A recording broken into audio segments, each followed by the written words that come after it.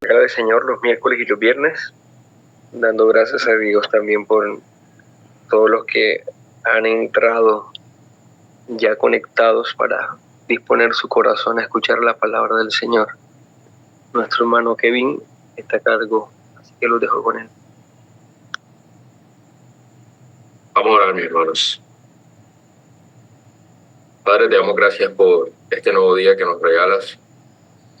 Te pedimos que en esta mañana podamos iniciar tu día meditando en tu palabra, como es debido, no pasando por encima de lo que tú has dejado para nosotros, sino además de leerlo y de escuchar lo que tú has puesto, lo que tú has plasmado en tu palabra, que también podamos guardar la enseñanza o guardar todo lo que tú nos has dejado a nosotros a lo largo del día, a lo largo de la semana también, que podamos tomarlo en serio para examinarnos a nosotros mismos y para andar siempre conforme a tu voluntad. En el nombre de tu Hijo te oramos y te damos gracias. Amén. Vamos a leer Génesis capítulo 25 inicialmente y después de la lectura pasamos a la meditación. Génesis 25. Dice, Abraham tomó otra mujer, cuyo nombre era Setura, la cual le dio a luz a Simrán, Joksán, Medán, Madián, Isbac y Sua. Y Joksán engendró a Seba y a Dedán, e hijos de Dedán fueron Azurim, Letusim y Leumim. E hijos de Madián, Efa, Efer, Anoc, Abida y Elda. Todos estos fueron hijos de Setura. Y Abraham dio todo cuanto tenía a Isaac, pero a los hijos de sus concubinas dio Abraham dones, y los envió lejos de Isaac su hijo, mientras él vivía hacia el oriente, a la tierra oriental. Y estos fueron los días que vivió Abraham, 175 años. Y exhaló el espíritu, y murió Abraham en buena vejez, anciano y lleno de años, y fue unido a su pueblo. Y lo sepultaron Isaac e Ismael sus hijos en la cueva de Macpela, en la heredad de Efrón, hijo de Zoar Eteo, que está enfrente de Manre. Heredad que compró Abraham de los hijos de Ed.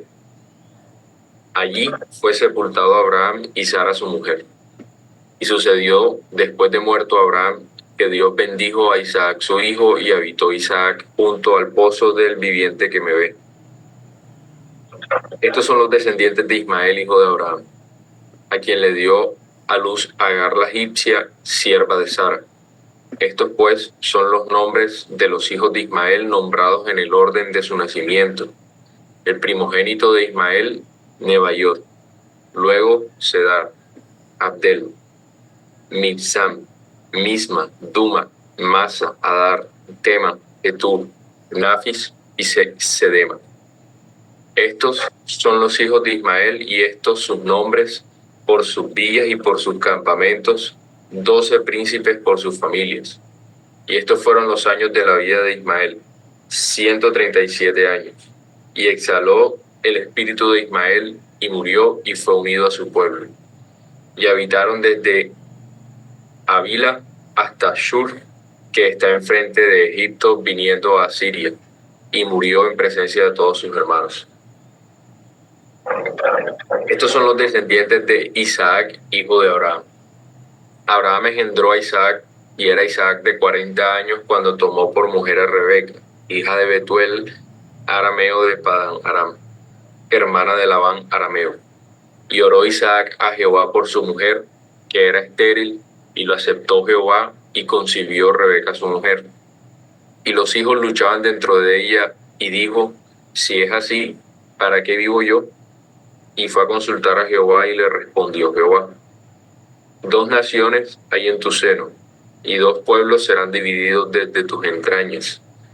Un pueblo será más fuerte que el otro pueblo, y el mayor servirá al menor. Cuando se cumplieron sus días para dar a luz, he aquí había gemelos en su vientre. Y salió el primero rubio y era todo velludo como una pelliza, y llamaron su nombre Esaú. Después salió su hermano, trabada su mano al calcañar de Esaú, y fue llamado su nombre Jacob. Y era Isaac de edad de 60 años cuando ella los dio a luz. Y crecieron los niños, y Esaú fue diestro en la casa, hombre del campo, pero Jacob era varón quieto, que habitaba en tiendas. Y amó Isaac a Esaú porque comía de su casa, mas Rebeca amaba a Jacob. Y hizo Jacob un potaje, y volviendo Esaú del campo, cansado, dijo Jacob: te ruego que me deje comer de ese guiso rojo, pues estoy muy cansado. Por tanto fue llamado su nombre Edom. Y Jacob respondió: véndeme en este día tu primogenitura. Entonces dijo Esaú: he aquí yo me voy a morir. ¿Para qué pues me servirá la primogenitura? Y dijo Jacob: júramelo en este día. Y él le juró, y vendió a Jacob su primogenitura. Entonces Jacob dio a Esaú pan y del guisado de las lentejas, y él comió y vivió, y se levantó y se fue. Así menospreció Esaú la primogenitura.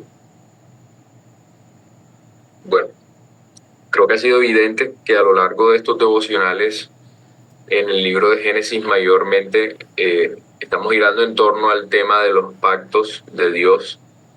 Desde los primeros capítulos ya veíamos cómo Dios hizo pacto con Adán, y después de la caída vimos también cómo se reveló el nuevo pacto. Vimos luego el pacto de Dios con Noé, y ahora estamos viendo o estamos en el contexto del pacto que Dios hizo con Abraham, un pacto que, a diferencia del que se hizo con Noé, contiene promesas mucho más especiales para con un grupo específico de personas. Y como ya leíamos, este es un capítulo en el que se narra la muerte de Abraham y también todo lo que sucede después de la muerte de Abraham. Así que va a ser un capítulo que nos va a mostrar cómo la promesa especial de Dios sigue dando sus pasos hacia su cumplimiento aún después de la muerte de Abraham. Ahora, para meditar en este capítulo, yo voy a dar por sentado que ya nosotros entendemos que esa herencia especial que Dios concedió a Abraham mediante la promesa guarda relación con algo que va mucho más allá de lo que una nación terrenal recibiría. Se trata de una herencia en Cristo. Entonces, entendiendo esto, creo que este capítulo de Génesis, el capítulo 25, nos lleva a meditar en al menos dos cosas que guardan relación con esa herencia especial. Lo primero es la causa de la participación en esa herencia prometida. Y lo segundo es el menosprecio de esa herencia. Va a ser la causa o aquello que causa que alguien participe en esa herencia, y el menosprecio de la herencia. Entonces meditemos primero en la causa. Y se pueden señalar dos cosas.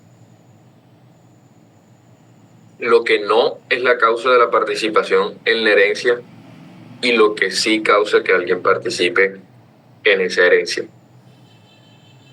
Y yo creo que aquí en este capítulo vemos que ni la descendencia según la carne, ni tampoco las obras del hombre causan que nosotros participemos o que el hombre participe en la herencia prometida. Ni la descendencia según la carne, ni las obras de los hombres. En los versículos del 1 al 4 nosotros leíamos que Abraham tuvo otros hijos, además de Ismael y además de Isaac. Pero luego se nos dice que quien recibió todo cuanto tenía Abraham fue Isaac en particular. Los demás recibieron dones. Ismael también recibió ciertas promesas, pero de una manera especial Isaac estaría recibiendo todo por parte de Abraham. Dice el versículo 5, y Abraham dio todo cuanto tenía a Isaac, pero a los hijos de sus concubinas dio Abraham dones. y los envió lejos de Isaac su hijo, mientras él vivía hacia el oriente, a la tierra oriental. Y el hecho de que Abraham haya dado todo a Isaac no es señal de una especie de como de favoritismo de parte de un padre para con sus hijos, sino que es más bien un acto que surge del entendimiento de las promesas de Dios.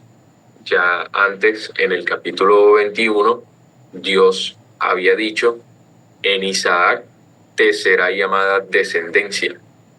Así que Abraham había dado todo a su hijo Isaac, porque él había entendido que en él le sería llamada descendencia y no en el resto de sus hijos, tampoco en Ismael.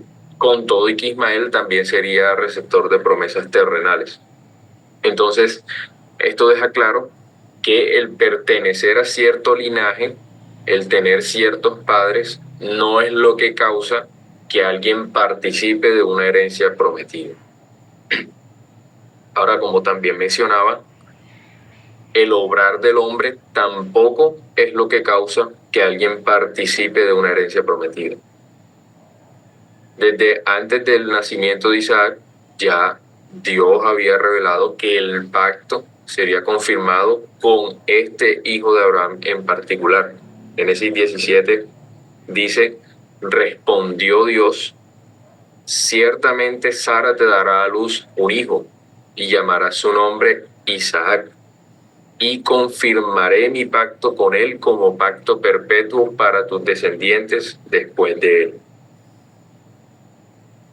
Y aquí mismo en Génesis 25, Dios también revela algo con respecto a Jacob y a Esaú, también antes del nacimiento de estos dos hermanos, antes de que ambos hicieran obra alguna. Dice el versículo 23 de este capítulo: un pueblo será más fuerte que el otro, y el mayor, en referencia a Esaú, servirá al menor. Esto en referencia a Jacob. Y esto es de hecho la manera en que Pablo también habla acerca de aquellos que son contados como hijos o como herederos de la promesa. Pablo dice en Romanos, en los versículos 6 y 7, que no todos los que descienden de Israel son israelitas, ni por ser descendientes de Abraham son todos hijos, sino, y cita aquí Génesis, en Isaac te será llamada descendencia. También dice ahí en el mismo capítulo de Romanos 9, en el versículo 11, pues no habían aún nacido, ni habían hecho aún ni bien ni mal, para que el propósito de Dios conforme a la elección permaneciese, no por las obras, sino por el que llama. Así que claramente la descendencia según la carne no es lo que causa que alguien participe de la herencia prometida, ni tampoco las obras de los hombres. Ahora, lo que sí causa que alguien participe de la herencia prometida es el propósito de Dios conforme a la elección, tal como lo acabo de leer, Romanos 9:11, para que el propósito de Dios conforme a la elección permaneciese. Entonces, la razón por la que Isaac sería contado como heredero de la promesa es porque Dios así lo quiso, porque Dios así lo determinó. Y la razón por la que Jacob sería contado como heredero de la promesa también es porque Dios así lo determinó, Él así lo quiso. Y esto mismo deberíamos nosotros concluir, nosotros los que hoy estamos participando de una herencia en Cristo. ¿Por qué gozamos nosotros de esta herencia gloriosa?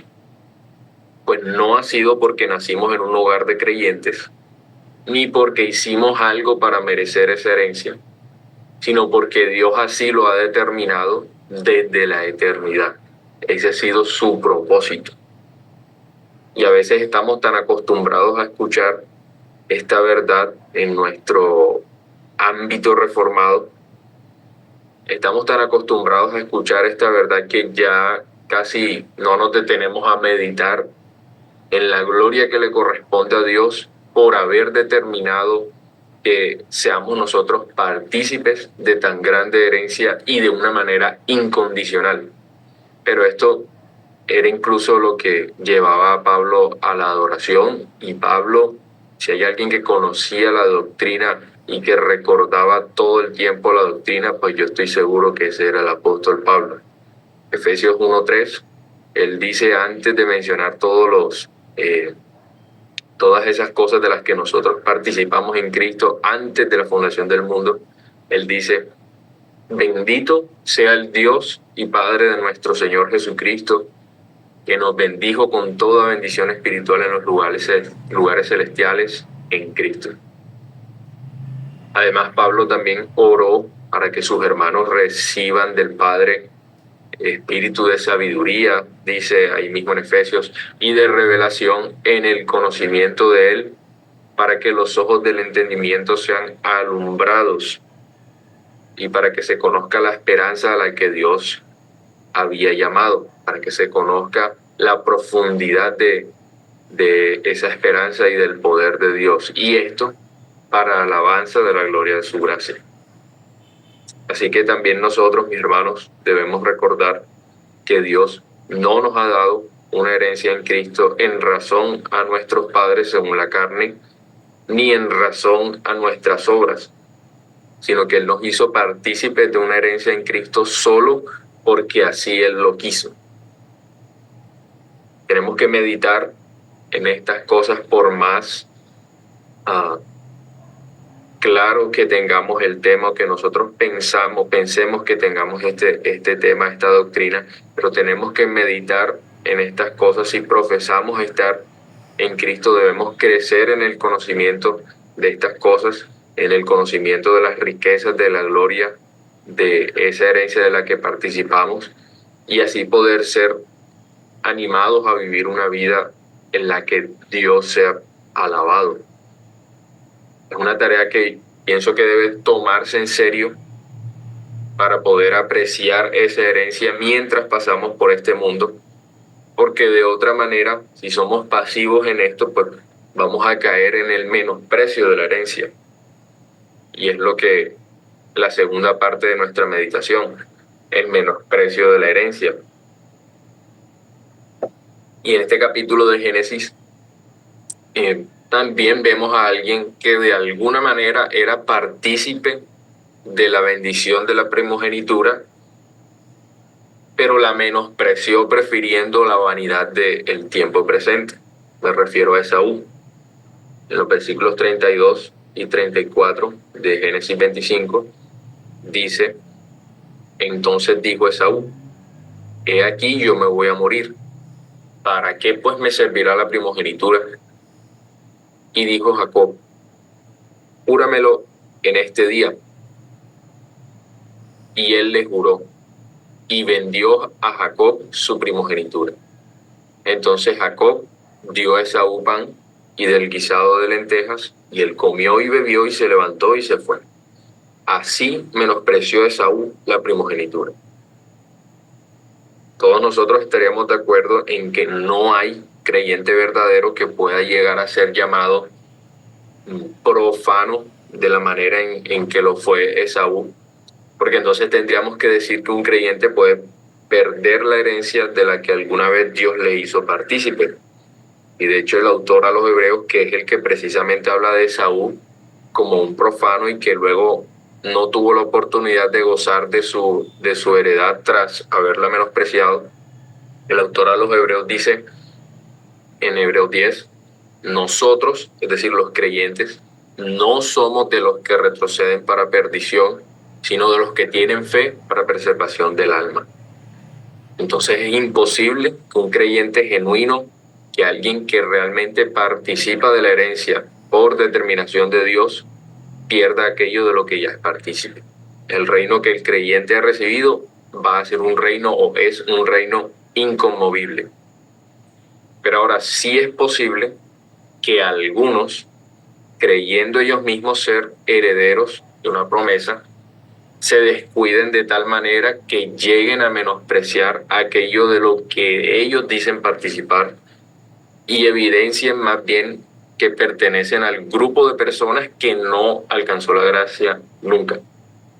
Y de ahí que el autor a los Hebreos haga un serio llamado tomando como ejemplo también el caso de Esaú en este capítulo de Génesis.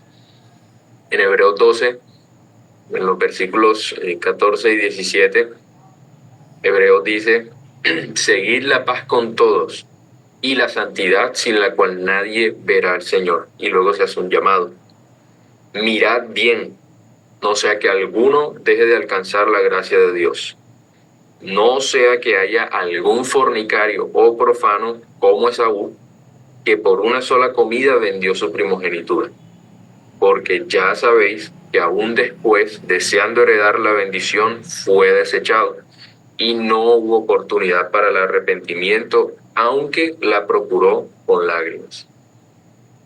Mis hermanos, este llamado del autor a los Hebreos es de carácter muy serio, pero no piense que va dirigido a profesantes que quizá andan en hipocresía, sino que también va dirigido a verdaderos creyentes.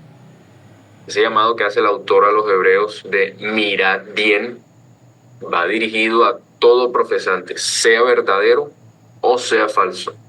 Va dirigido a todo profesante. Y es cierto que el creyente sabe que no va a perder aquello de lo que Dios le ha hecho partícipe conforme a su propósito eterno, pero también es cierto que un creyente genuino no se relaja en cuanto a sus responsabilidades y a su vigilancia mientras pasa por este mundo. Y de hecho, de ahí la importancia también de este llamado. Es un llamado que anima al creyente a no bajar los brazos. Y así es como Pablo también da testimonio de la manera en que él caminó por este mundo, mientras al mismo tiempo estaba seguro de su herencia. En Filipenses nosotros sabemos que él dice: yo mismo no pretendo haberlo ya alcanzado, pero una cosa hago, olvidando ciertamente lo que queda atrás y extendiéndome a lo que está delante, prosigo a la meta, al premio del supremo llamamiento de Dios en Cristo Jesús. Y a esto le agrega lo siguiente: así que todos los que somos perfectos, esto mismo sintamos. Así que, mi hermano, alaba al Señor y vive con gratitud por cuanto Él te ha elegido incondicionalmente para que participes de su herencia en Cristo. Descansa en que nada te va a separar de ese amor de Dios que es en Cristo, pero no descuides nunca la vigilancia que se te exige. Presta mucha atención a cada paso que das. Atiende lo que también dice el autor a los Hebreos en el capítulo 12. Teniendo un reino inconmovible, tengamos gratitud y mediante ella sirvamos a Dios agradándole con temor y reverencia, porque nuestro Dios es fuego consumidor. Atiende seriamente este llamado de examinarte, de caminar genuinamente en santidad, mi hermano, no sea que al final de todo se evidencie que eras un profano que valoró lo temporal por encima de la herencia eterna, y luego ya cuando la puerta de la gracia se cierre, no puedas hacer nada para cambiar esa desgracia eterna como le pasó a Esaú. Que el Señor nos ayude entonces a descansar en Él y a tomarnos mucho más en serio una vida de santidad que en realidad aprecia la herencia. Vamos a orar. Padre, te damos gracias por enseñarnos acerca de aquello que tú nos has hecho partícipes de manera incondicional. Te damos gracias por no tener en cuenta nuestras obras, porque no seríamos partícipes, no seríamos merecedores de gloria, sino más bien de ira. Te pedimos que podamos meditar en lo privilegiados que somos al gozar de tu gracia, una gracia que no merecemos, y que eso nos lleve también a estar agradecidos y a servirte con temor y con reverencia, tomándonos en serio una vida de piedad, apreciando realmente tu herencia, no siendo como los que retroceden. En el nombre de Jesús te pedimos estas cosas y que nos ayudes. Amén.